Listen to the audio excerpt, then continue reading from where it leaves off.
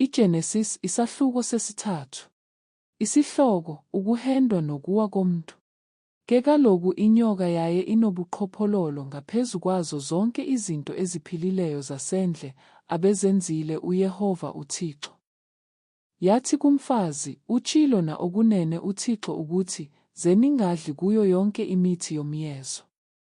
Wathi umfazi kwinyoka, ezikhameni zemithi yomyezo singadla.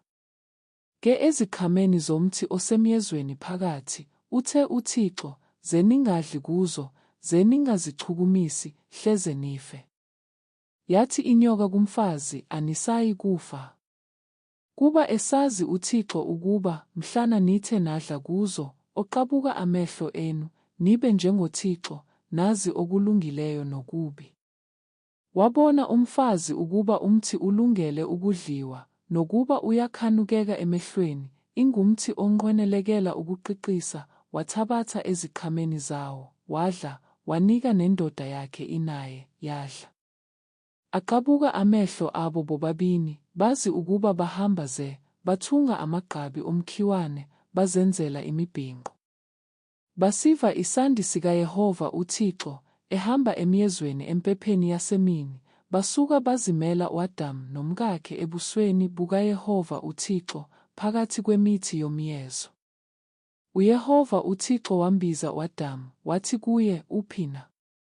Wathi yena, Ndive isandi sakho emyezweni, ndasuka ndoyika, ngokuba ndihamba ndazimela.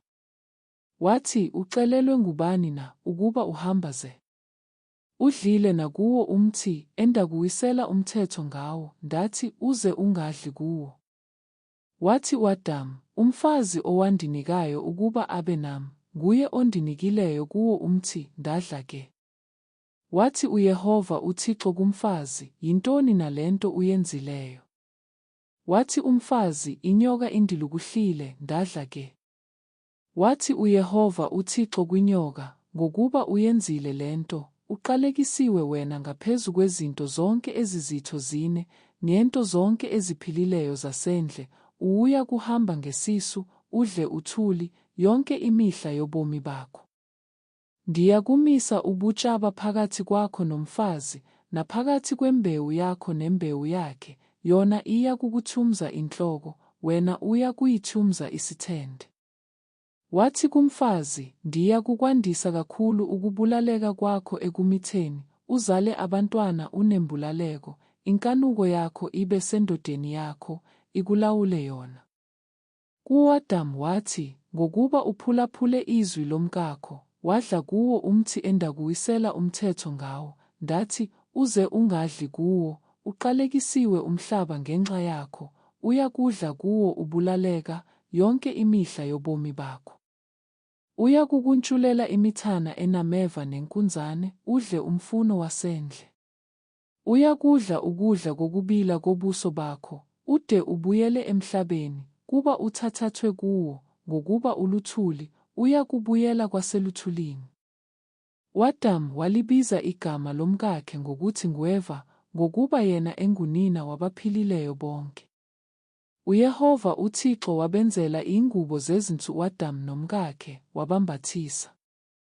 Wathi uYehova uThixo, Yabonani, umuntu usuke waba njengomnye wethu, ukwazi okulungileyo nokubi, hleze ke olule isandla sakhe, athabathe nakuwo umthi wobomi, adle, aphile ngonaphakade. UYehova uThixo wamdulula emyezweni we-Edeni, ukuba asebenze umhlaba abethathathwe kuwo. Wamgxotha ke umuntu, wamisa ngasempumalanga kuwo umyezo we-Edeni ikherubhi, nelangathe lekrele elijikajikayo lokugcina indlela eya emthini wobomi.